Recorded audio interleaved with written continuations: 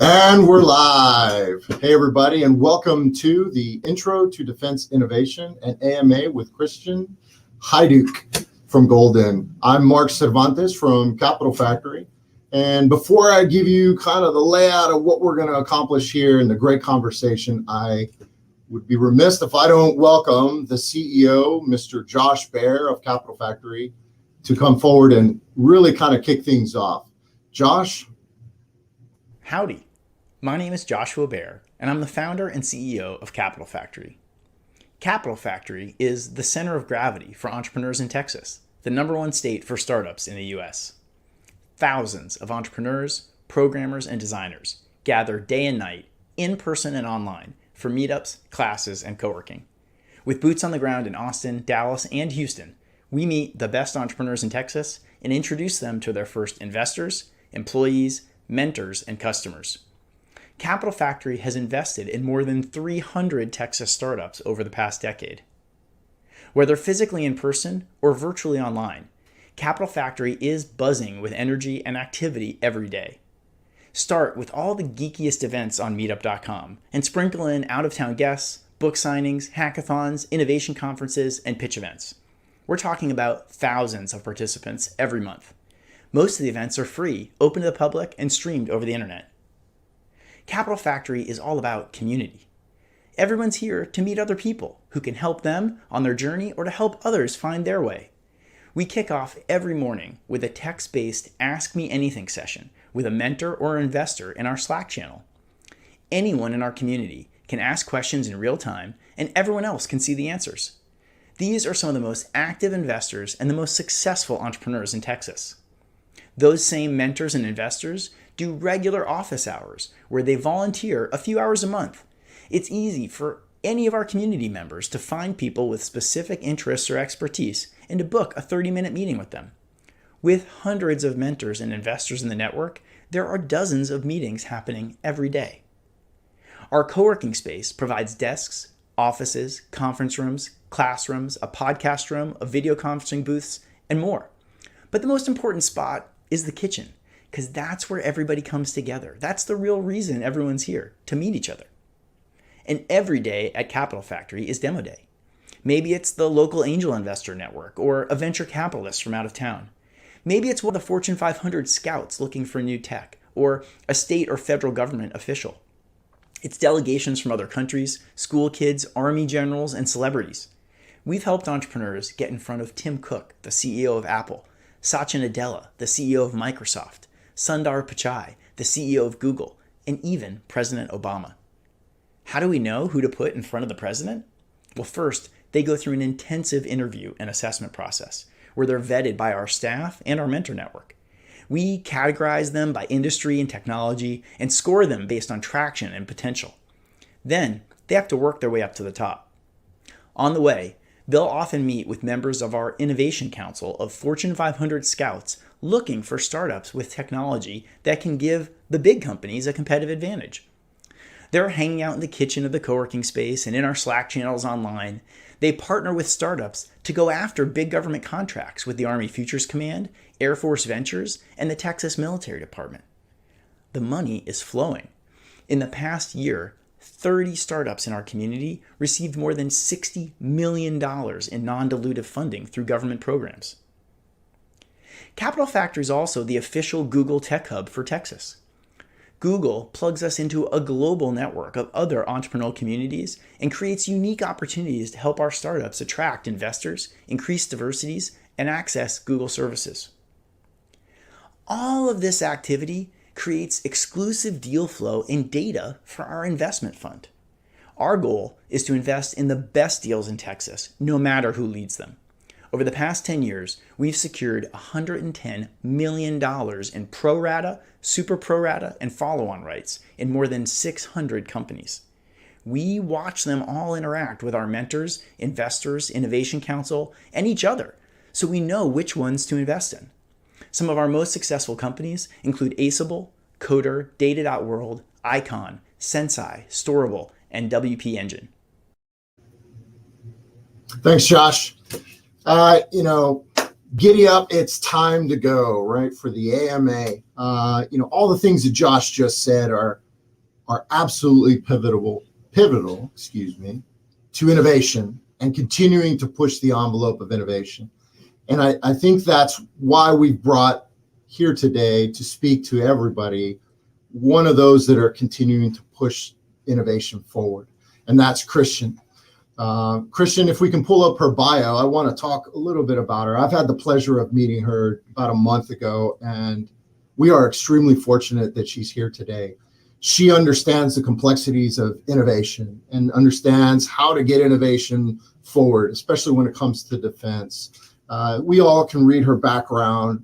One of the biggest things that I want everybody to understand is that who she works with right now, and that's Golden. I've seen Golden. This is a startup in itself and its competitors. And quite frankly, Golden is the gold standard for where we should be going in the defense sector. And I'll let her expand upon all of that. And she's done some great and phenomenal things in her past. And I'll let her talk more about that as we kind of go through the dialogue. I'll be asking some questions up front just to facilitate some good discussions, and then we'll be taking some questions from the audience. I definitely want you guys to be a part of this discussion, and we'll either be categorizing the questions or I'll call you by specific question, and then just let her know what organization you're representing or working for so that she can really address your concerns. So with that, let's pull Kristen forward, please. Hey, Kristen, how you doing today? Hi, Mark. Hi, everyone. Thanks for inviting me today. Okay, let's get started. Are you ready? Absolutely. Let's do it. Okay, so first off, let's talk a little bit about Golden. If you can just kind of let us know really what it means to optimize U.S. government's tech and economic intelligence. Sure. So Golden is building the world's largest knowledge graph. So just to give you a little bit of context and perspective, some knowledge graphs that people might be knowledgeable about are Wikipedia. Wikipedia was built over 20 years ago, but it's driven by user input. And it has about 6.5 million entries. By comparison, Golden's knowledge graph is driven all by AI and NLP processes. So all the information we're pulling in is being verified against each other and everything that's available online. And when we're done, we think we'll have between 10 and 20 billion entities in our graph. Wow. And so the power of that information is really sky's the limit.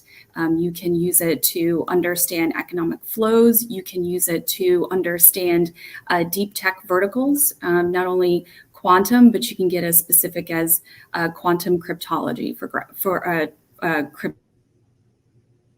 cryptography, for instance. And you can also understand not only companies within a tech vertical, but as everyone here appreciates, the tech vertical is really made up of a whole variety of actors. It could be university researchers, it could be incubators, it could be accelerators, it could be folks like Capital Factory, it could be notable scientists, it could be patents that are available in that space.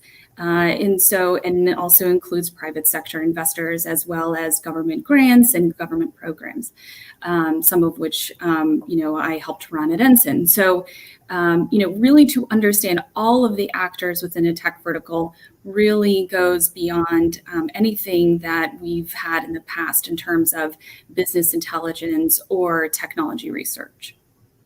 That's phenomenal. That's a great description of what Golden is. Is there any way you can kind of give us a use case, really from either a startup or a government end user, and how they really would be able to utilize Golden?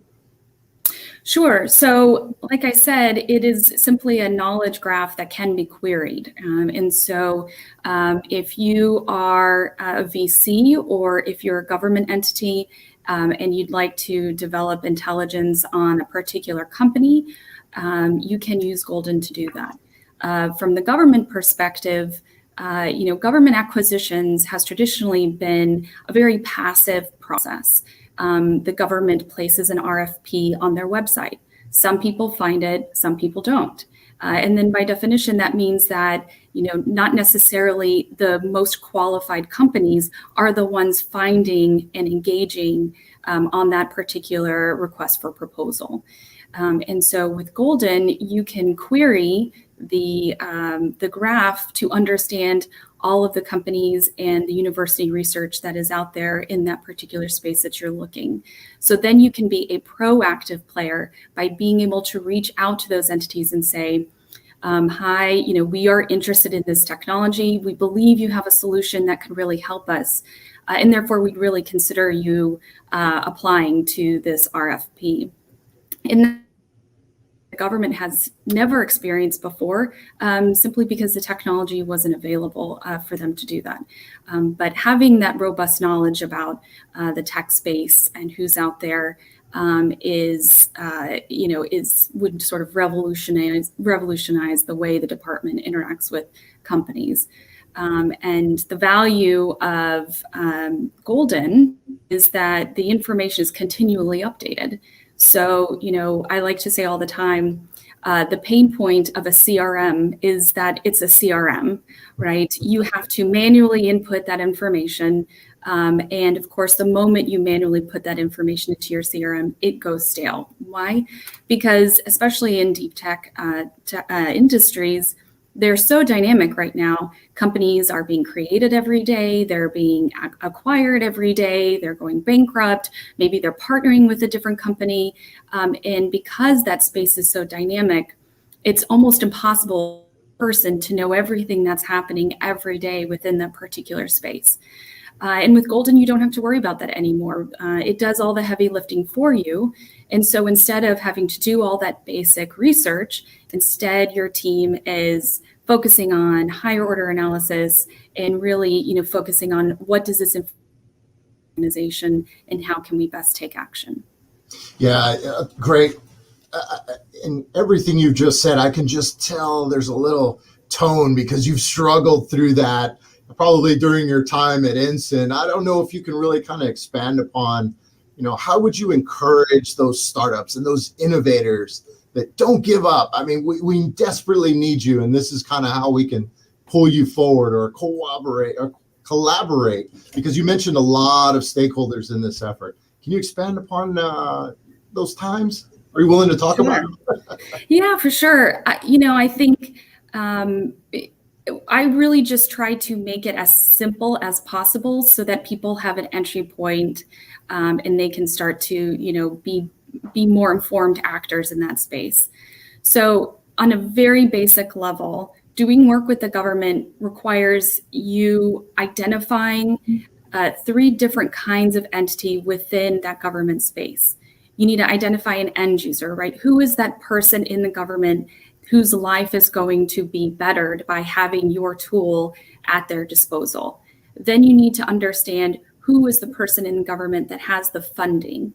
And then you need to understand who is the person that has the contract vehicle. And certain contract vehicles require certain kinds of funding from the government. So, being able to piece that equation together is really the easiest way to succeed and to really get the traction that your company needs in the government. And the good news story is that there are many different contracting vehicles that the government has, and many of them are geared towards small businesses. So the more informed you can be about what are those contract vehicles that you do qualify for, the better you can navigate that space and the more effectively you can communicate with government folks, because sometimes your end user is not an acquisition specialist, right? So when you're talking to that end user, sometimes you're talking to them about how to do acquisitions with the government, because the Navy SEAL is not the person that understands the difference between a broad agency announcement and a commercial service offering. And so it's really about gathering that coalition of folks together, and that's really when a company can start to see traction. Absolutely. And I'm glad you you talked about Navy SEALs, because, those are Navy SEALs, all of the end users, no matter what service they are in. We definitely need to make sure that they are well armed to be able to combat or be successful in any mission that we ask them to accomplish. When we talk about missions, just the vernacular of military missions, operations orders. That's important to know and understand. What can you tell us at the national level? What are some of those beacons that we should really be looking for or better understanding to kind of understand what that north-seeking arrow is and how we be able to push innovation forward? Can you expand upon that? Yeah, sure. I think there's a couple of resources that are pretty easy for everyone to get at. On the one hand, there are some publications that are really helpful in this sense. There's a publication called the Defense Early Bird, Defense News, Defense One, Breaking Defense. Those are publications that often talk about government interest in technology and contracting, sort of big news in terms of acquisition and contracting. So, on a day-to-day basis, that's kind of your lodestone that you can look to. The government always occasionally puts out publications on, sort of stating their own strategies for acquisition. Most recently, there was the National Security Committee on Artificial Intelligence. They just released a report about how the government is really strategizing and coalescing itself around AI acquisitions. There's the last administration, the National Security Council had released a document on critical and emerging technology areas. And so they talked about their focus on technology. And each of the executive branch organizations, they typically also release their own priorities. And those are typically, helpful documents.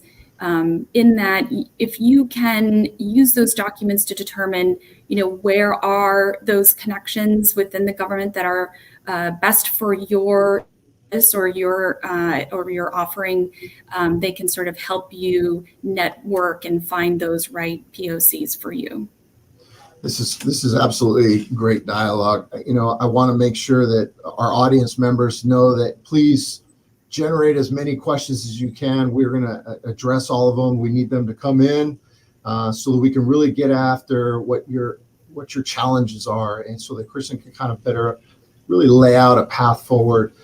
Kristen, when we talk about challenges, what's step number one? If I have a startup and I know, there's a lot of information that is out there, really, what organization should I go to? Should it be a capital factory? Should it be a venture capitalist firm? I know there's multiple champions out there that are going to help us, but can you expand upon some that you've been in contact with? Sure. I think, I would start by saying every company should always consider the government as one of many potential customers. I think one of the things that on the government side that people have begun to realize is almost all technologies are dual use, right? This term dual use is almost not needed anymore because all technologies are dual use in some sense. And so, when you are pursuing work with the government, continue to pursue your customer fit in the commercial.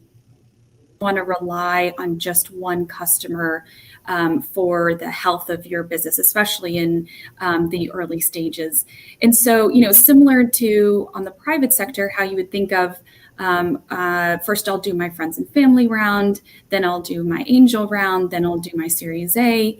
There are similar steps on the government side that you can also think about in terms of how they build upon each other. And so typically, in those early stages, you're looking at grants from the government.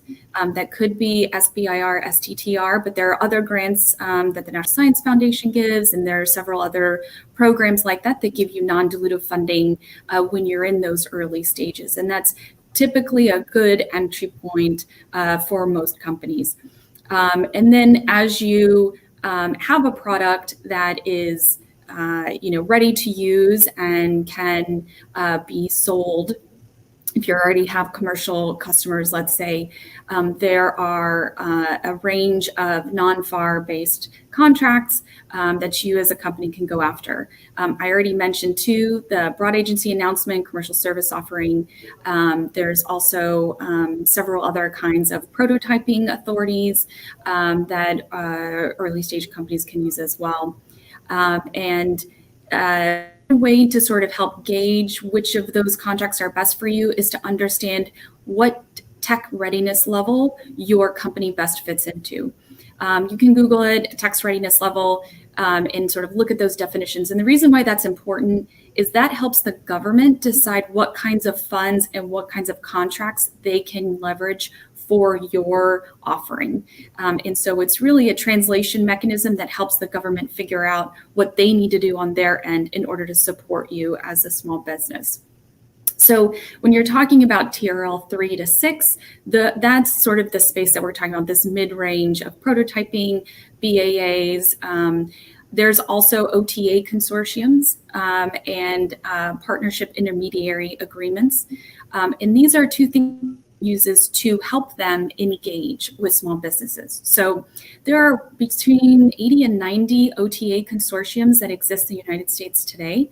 And so all of those consortiums are there to help small businesses.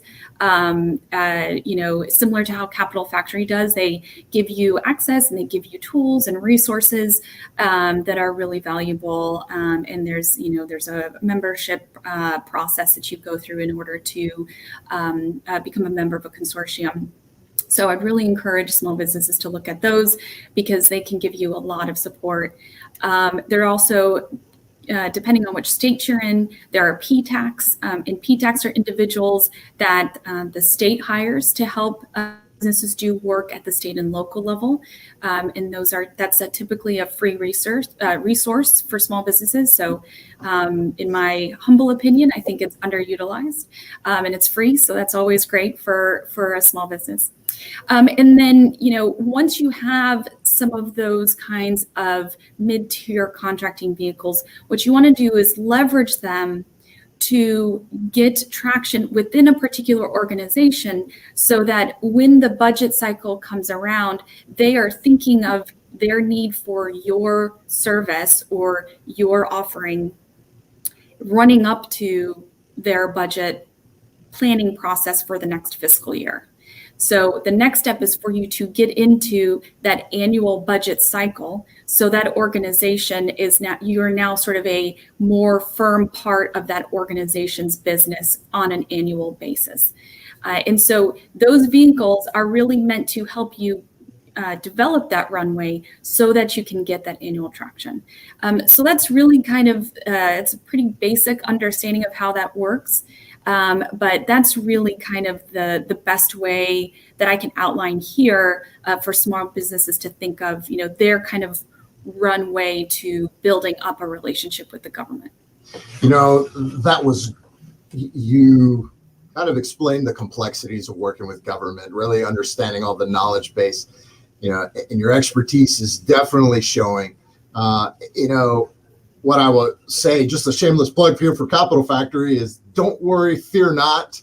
There are Sherpas that are going to take you guys up the mountain, and kind of help you go through that dual use process, much like Kristen talked about, setting a goal of, hey, I think this has a military application, what my capability or company can provide. And there might have a commercialization effort too. So, there are organizations, and I think what's great about, having Kristen here today is the tool that she is promoting and actually, quite frankly, believes in. That's why she's working for him, is Golden, right? Because not only the startups are trying to navigate that process, even from a government side, we don't get to see all of the great things that are going on. What would you say about that, Kristen? The tool not only works for the startups, but can you expand more of opportunities for even the government side of house to use that?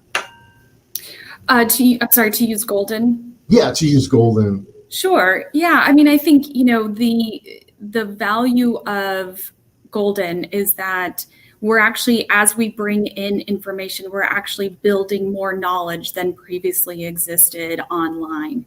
And so for government purposes, let's say you want to help your contracting officers be more informed about who they're giving contracts to. This is a tool that can help you understand where that foreign investment is coming from, who are the major investors in a company, what is their commercial space, who are their competitors. It can give you sort of a business intelligence insight that can inform specific procurement actions. It can also absorb a large amount of information, reports, document repositories, and be able to supercharge your ability to develop trends and analysis within that document.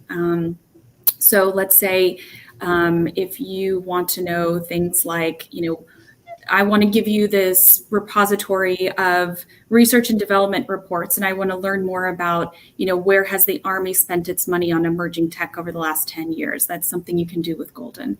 You can also query Golden for economic intelligence. So if you want to know all investment the country of Mexico has made in utilities, you can do that.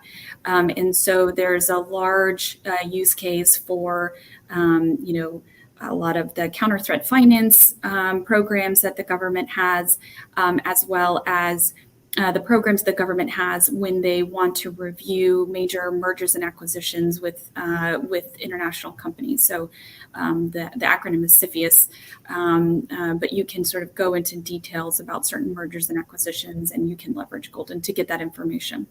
And then finally, really being able to understand what the department and what the government is doing generally in this space of emerging technology is another way to leverage Golden. The government is a very large federated bureaucracy. And so it's not necessarily the case that the person, let's say in the Department of Commerce, that's looking to invest in microgrids knows that the Office of Naval Research has a program that's ongoing right now. Or they might not know that the Office of Naval Research actually has an agreement with the University of California, San Diego, to work on that project. But, if you had that information, then that would allow the government to coordinate more efficient in how it looks across the industry. So you can leverage Golden to actually understand what the government is doing as well, as long as it's publicly available and online, which now there's very little that is not online, as we all know. I don't have to tell everyone that. So, even government budget documents are online now. And so it's really easy tool to leverage to see all those connections between government and industry and academia now. So we're starting to get some questions from the audience here. And one of the questions was an acronym question, really. What is PTAC? If you can kind of expand upon that. Yes, I'm sorry for not giving that acronym. That is definitely an occupational hazard of mine. So PTAC stands for Procurement Technical Assistant Centers. And there is a website where you can actually give your address, and they will give you the PTAC POC for you. And I think the link was shared with everyone, the ptac.org website. So definitely encourage people to take advantage of that. And like I said, it's free, and it's just another resource that every startup needs as much help as they can get. So they should definitely take advantage. So you talked about non-dilutive capital, and there's a variety of, coming back to the acronyms. You mentioned SBIR and SITR. We've had several questions from the audience. Can you really detail what those efforts are and how they would benefit the startup? Sure. So the benefit of small business innovation research is what SBIR stands for. The benefit of that is it allows you to essentially start working with the government. It simply opens the door. A phase one SBIR is typically around $50K. That's not going to get you far in terms of startup world, but the value of the SBIR award is it actually gives you carte blanche to reach out to government folks and say, in the service of performing this work for the government, I would like to talk to you to get feedback about my technology. And it's much easier for government folks to respond. And so it will get more traction for you than, let's say, a cold email will. So that, that initial step, that opening of the door is really where the SBIR gets its value. I think typically the criticism of SBIR is that it's not recurring revenue. And so you cannot report it as such, which is true. The step that will accelerate that process to get to a point where you do have recurring revenue from the government. So it doesn't solve all the problems, but it definitely helps you on that journey, especially when you're, in that early TRL stage. So we have a question, and this may address what you're talking about, or again, continue the conversation, but really, what does a startup do when it comes to DoD contracting? What is that first step that they should take? Yes, so I think the first step is really looking at what grants, SBIR, STTR programs are available for you. I think the department's getting a little bit better about advertising when those opportunities come out. There is a SBIR Sitter website, and that has all of the SBIR programs from across the entire federal space. And so you can definitely find all of the solicitations that are in the SBIR and STTR site there. That usually is a really good jumping off point.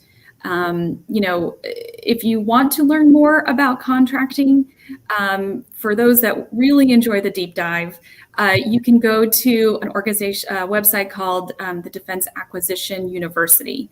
And it really sort of lays out different kinds of contracting. There is typically the image that most people refer to looks almost like a fan shape. And it's on the DAU website, and it's pretty easy to find.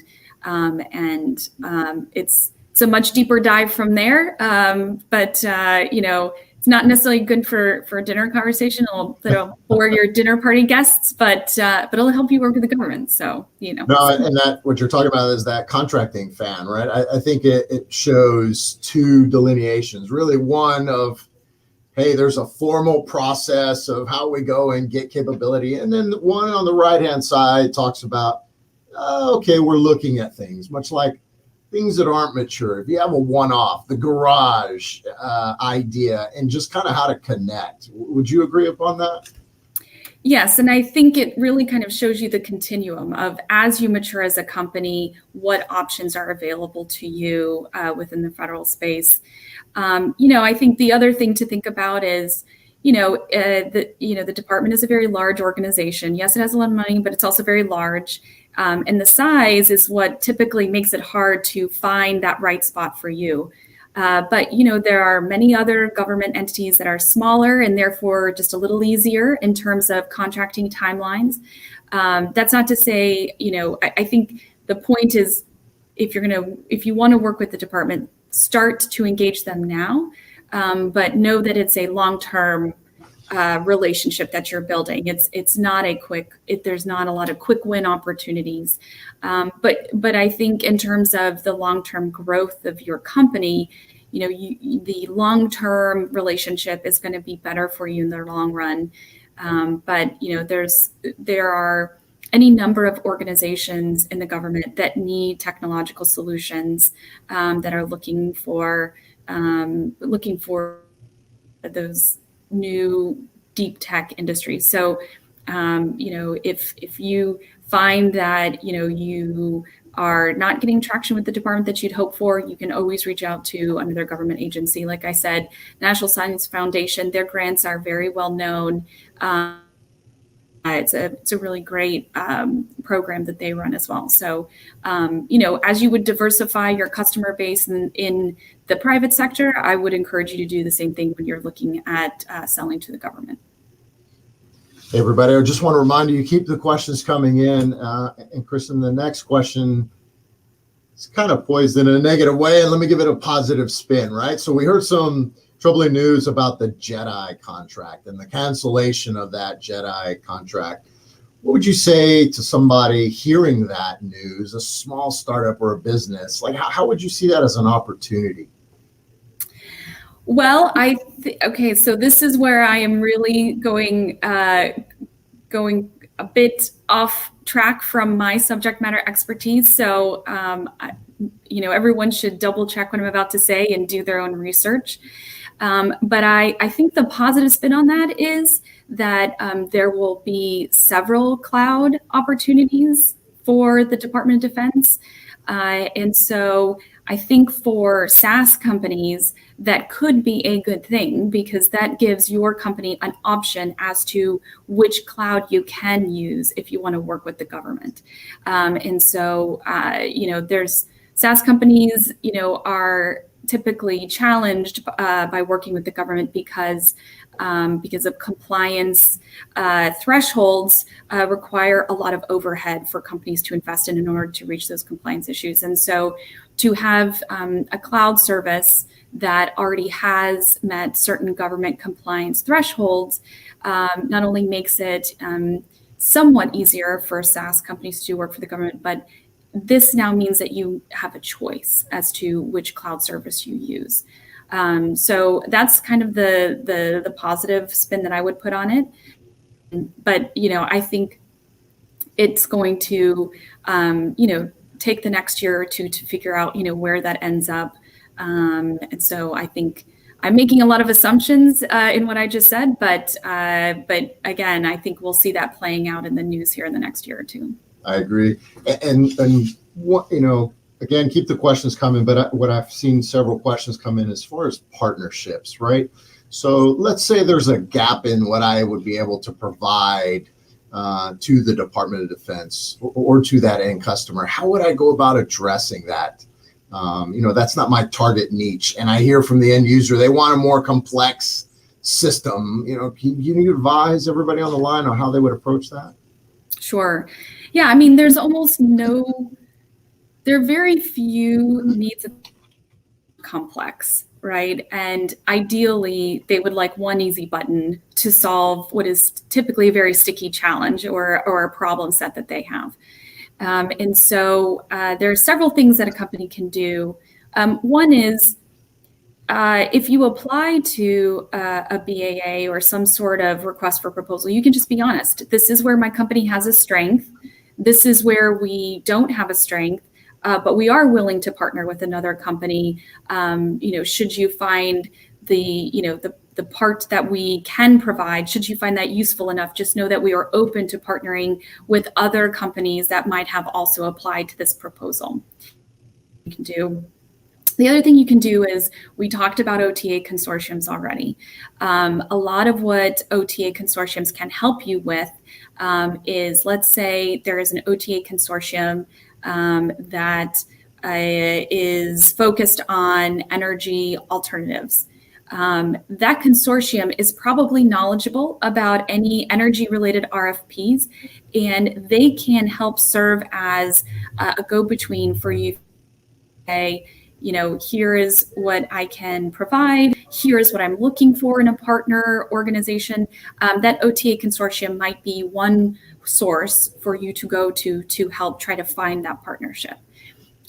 So, besides doing your own research and trying to reach out to companies, I think that's typically, the way folks do it is they do research of their own, reach out to the company, on LinkedIn or by email or, whatever the case may be, and have sort of those one-to-one conversations. But consortiums can also help you with that. Thank you. So, as we start to wrap, I want to just mention to everybody that, Capital Factory is a venture capital firm, but we have stood up the Center for Defense Innovation. And we have brought in the expertise, resident to kind of help these startups navigate this process. And we are looking at tools just like what Kristen is talking about in Golden, really to take anybody that comes through to if they don't have to go through step 1, 2, or 3, how do I navigate to a step 10, right? And is there partnership? Are there agreements? Kristen, I just want to say thank you for coming out on the live stream medium here and provide your knowledge and expertise. In closing, is there anything you'd like to say to the audience? I just want to thank you for inviting me today. Have always been a huge fan of Capital Factory. I'd love to connect with anyone who, wants to talk more, has any other questions. I would say if you're, interested in the National Security Innovation Network, I would encourage you to reach out to Jim Raybuck. Find him on LinkedIn. He's based out of Austin and is a huge supporter also of what Capital Factory does. So he'll be a really good connection. But I'm always happy to talk to folks. And, after spending 15 years in government, I have all of the war stories to go along with it. So even though I'm now in industry, happy to talk about, how the government can improve acquisition.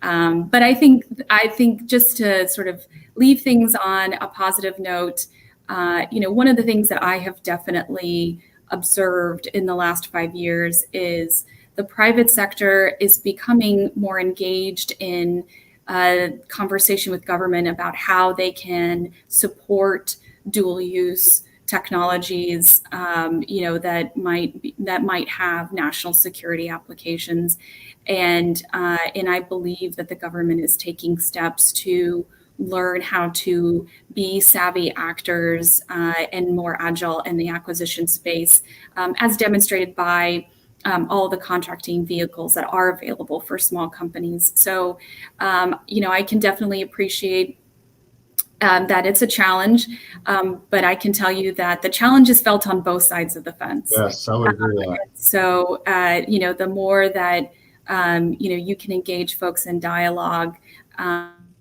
the better off everyone is. And I think there is a lot more engagement. There's a lot of people that go between government and industry than I think we typically talk about. When I was in the department, I actually worked with several startups that were started by veterans or by government analysts that saw a need and were so passionate about needing that solution that they decided to leave and start their own company. And same thing, there are lots of folks, especially within private sector investment, that are, becoming advisors for government, and being, more transparent about, what they see from their side of the fence. And so, I think that it's, that is the thing that we can do more of and encourage more. And I think that's when we start to find more and better solutions to supporting the technologies that the government really needs. So I appreciate that. I appreciate getting to talk a little bit to you about, my previous experience in government and my current experience in the startup world. I love both. And I'm just excited that I was fortunate enough to be able to experience each side of the fence here. Yeah, we're definitely going to have you back because it's that dual use journey, right? Much like in the sense of, hey, I've been on the government side, I've had some hard problems, and now I want to go out and expand and really kind of be able to kind of go back and forth. So Kristen, I definitely want to give you a plug for Golden. I'm going to go ahead and say your email address, and I'm going to hope that somebody behind the scenes is going to publish this. It's kristen@golden.com. And one of the parting screenshots that you'll have is really how to contact us here at Capital Factory. Because again, when it comes to collaboration or navigating this journey, you're not alone. You have the experts that have been through this struggle and really want to champion, innovation going forward. So with that, I want to thank everybody. This has been a great experience. We'll have you back, Kristen, for another AMA, and we want to say thank you to everybody on the line. Have a great day.